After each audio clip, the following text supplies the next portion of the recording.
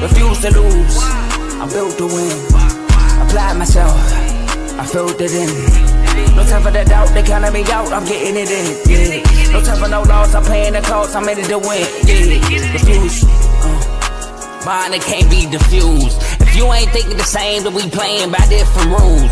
You can't see the vision, we living at different views. Until we complete the mission, keep getting up, never snooze. I walked a mile in my shoes, had the mind of a fool, chasing diamonds and jewels. Trust me, I was confused. Started minding my business and used my mind as a tool.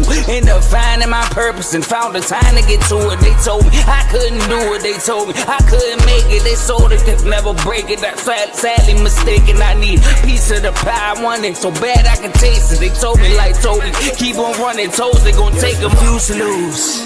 Built to win, apply myself, I filled it in.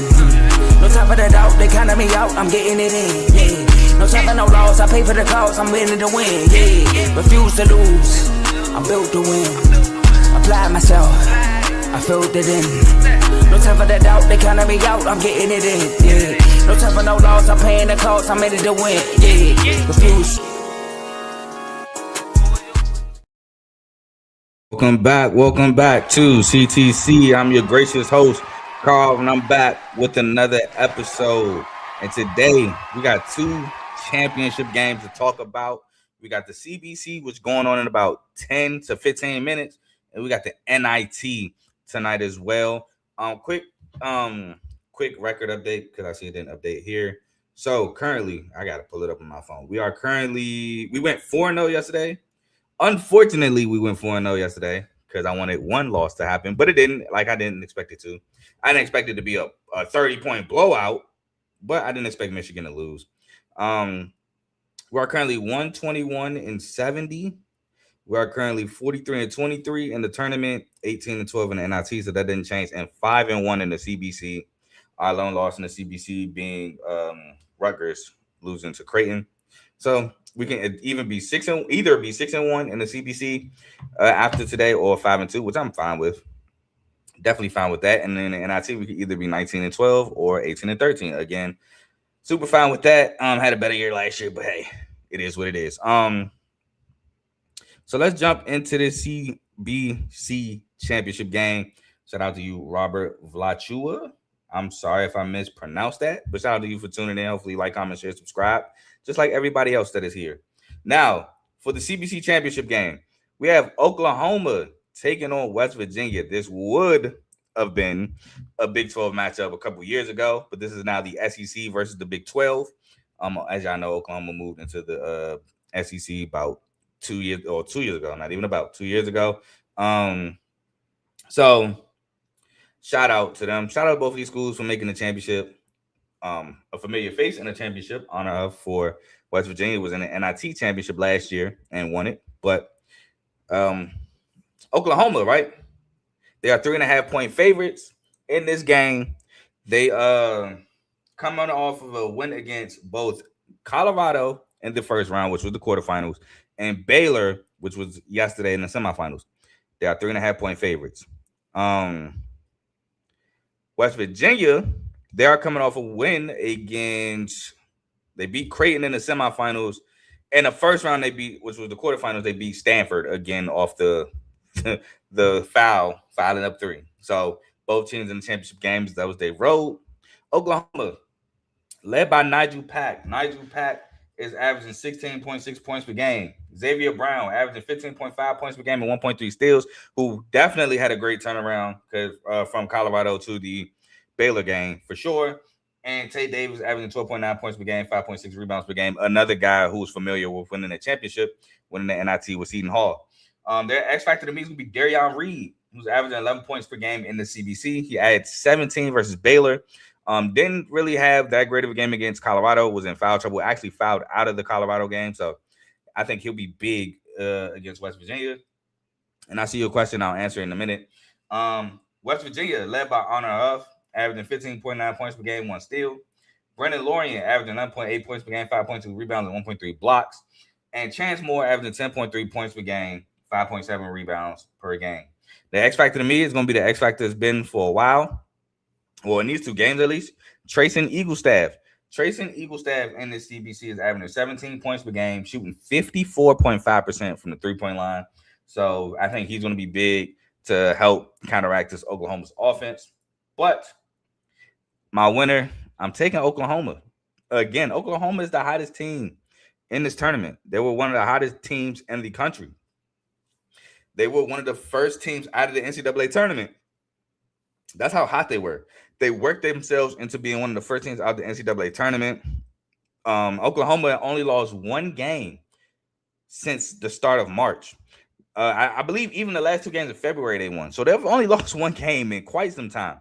And that one loss, again, was against Arkansas, who won the SEC tournament. So I got Oklahoma, man. They finished the season hot. They had their little struggle against Colorado because they were off for like a month. But the way they handled Baylor after Baylor made that comeback to start the second half showed me why Oklahoma has been so hot.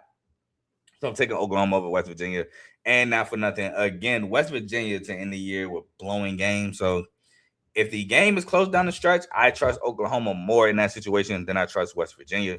So I'm taking Oklahoma in the CBC championship game. Now, you ask, what is my favorite football team? So I say this all the time. I have two.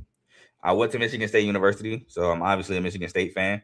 Graduated, and I was supposed to go to graduate school at South Carolina, but I mean, I grew up a South Carolina fan, so I also like South Carolina University as well. So there's your answer. But got to move on to another I did have it up. Got to move on to another championship game tonight, the NIT championship game, which features Tulsa.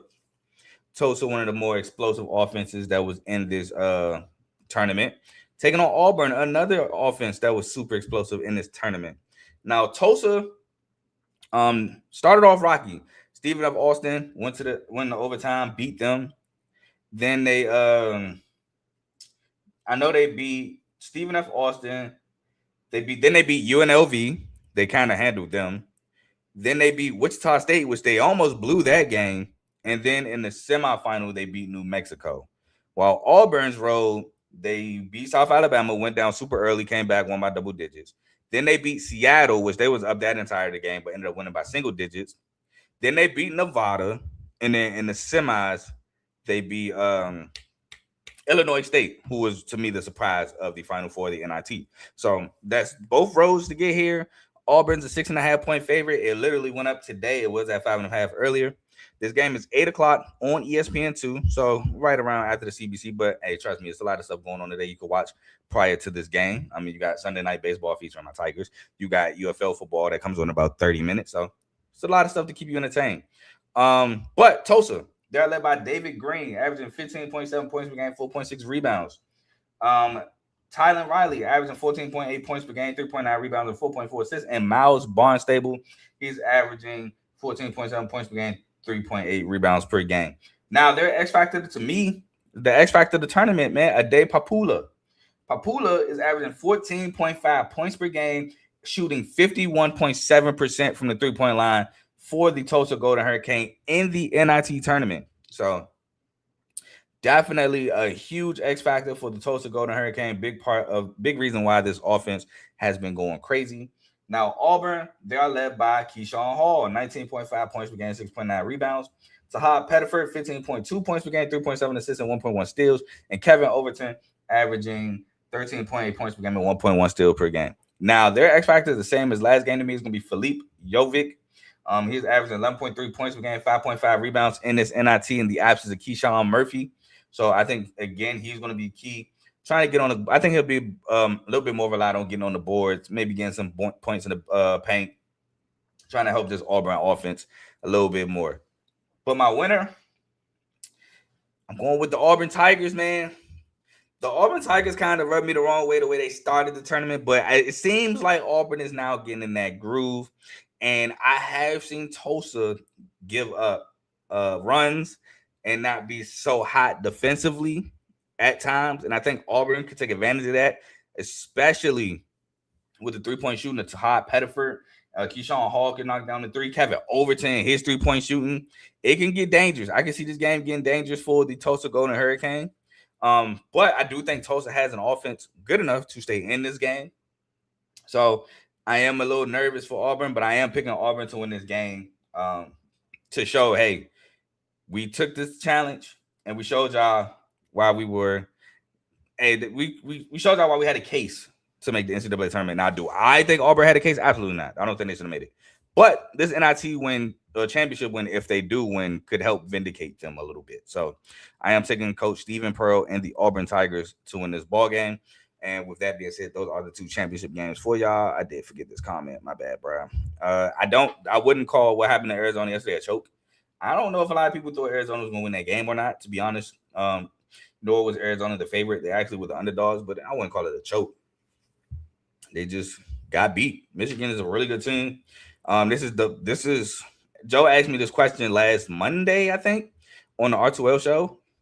Because Jalen Rose said if Michigan wins, this will be the best team in Michigan history. And I agreed. Like, even if they lose tomorrow, which please, if they lose tomorrow, I still think this might be the best team. Now, of course, somebody's going to say, well, they won the championship in 1989. I don't know if that team is better than this team that they currently have constructed, to be completely honest. But, yeah, that's just that. But, anyway, please like, comment, share, subscribe if you haven't already. It helps the channel, helps the network. Speaking of the network, we have multiple shows on the network. We have the main show, which I just talked about, featuring Joe, Tomo, and Dave every Monday and Thursday between 7 and 8:30. So make sure you check that out. We have Unfazed, which they went live last Tuesday. That's featuring Joe and AJ. Just be on the lookout for them. There's no set dates there. We have BWT, Baseball with Teddy. Again, my Tigers play on Sunday Night Baseball tonight at 7 o'clock. We're starting with an opener because our starter, Justin Verlander, has been scratched. So there's that. But we're playing the Cardinals. We already won the series against the Cardinals, so we're going for the sweep. Hopefully we get it done. And if like I said earlier, man, if I got to come on here and curse y'all out without cursing to get y'all to play well, I'll do it every time, man. Put up 4 runs game 1 against the Cardinals. Put up 11 runs game 2 against the Cardinals. So hopefully we could get the job done, get the sweep here, and get back above 500. And I think we play the Twins starting on Monday. But be on the lookout for BWT. Next, we have FFC, Fantasy Football with Coach Coombs. Obviously, fantasy football season is over. Football season is not over. UFL. Again, you got the UFL coming on about 30 minutes. But be on the lookout because the draft is less than 3 weeks away. It's actually in 18 days. So be on the lookout for whatever content he drops. Speaking of the draft, because this has something to do with this show, we will be having a mock draft for the first round on, I believe, the 22nd, featuring me, AJ, and my boy Kev, who's a part of the R2L community. He doesn't have a show or anything, but he definitely is a part of the community. He's been on the main show a couple times. He's always a part of the Eagles content beyond AJ's Birds. Hasn't made an appearance there yet, but definitely a big member in the community. Shout out my boy Kev. And then we will have the 4th annual first round draft show featuring, so far, me and Kev. Up to 3 slots remaining. I think Teddy said he's a maybe. Tomo has been on before. I don't know if he's joining, but yeah, just be on the lookout for stuff like that. Next, we have RBO, Real Ballers Only. Shout out my Pistons. Number 1 seed in the East, man. One of the best regular seasons I've ever seen. So it is the best regular season that I've seen. Now, keyword regular season. The best regular season I've seen as a Pistons fan. Number 1 overall seed in the East, over 55 wins, could be 60.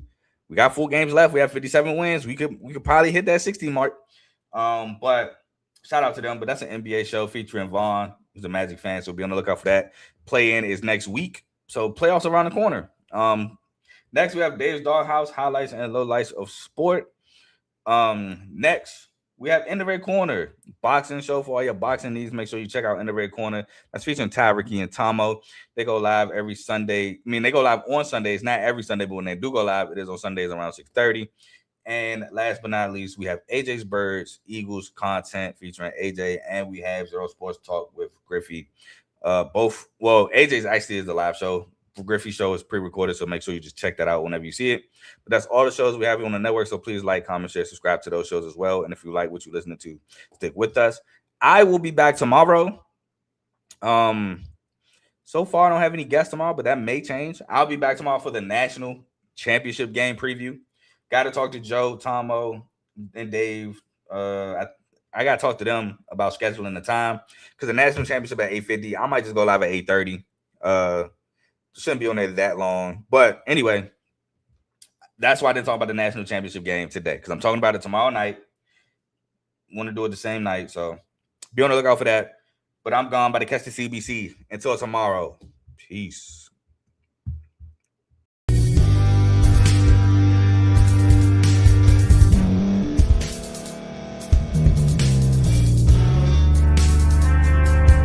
Thank you for staying to the end. If you're watching this on YouTube, please like this video, subscribe, and also hit that notification button so you can be notified next time we put out a video. If you're listening on any podcast platform, subscribe and hit that notification button, y'all, so you can be notified we put out another podcast audio. And last but not least, hit that share button, no matter what you're listening to or watching it. Hit that share button and send it to somebody that you know that would love to watch this episode you just listened to. So once again, thank you for staying to the end, and we'll see y'all in the next episode.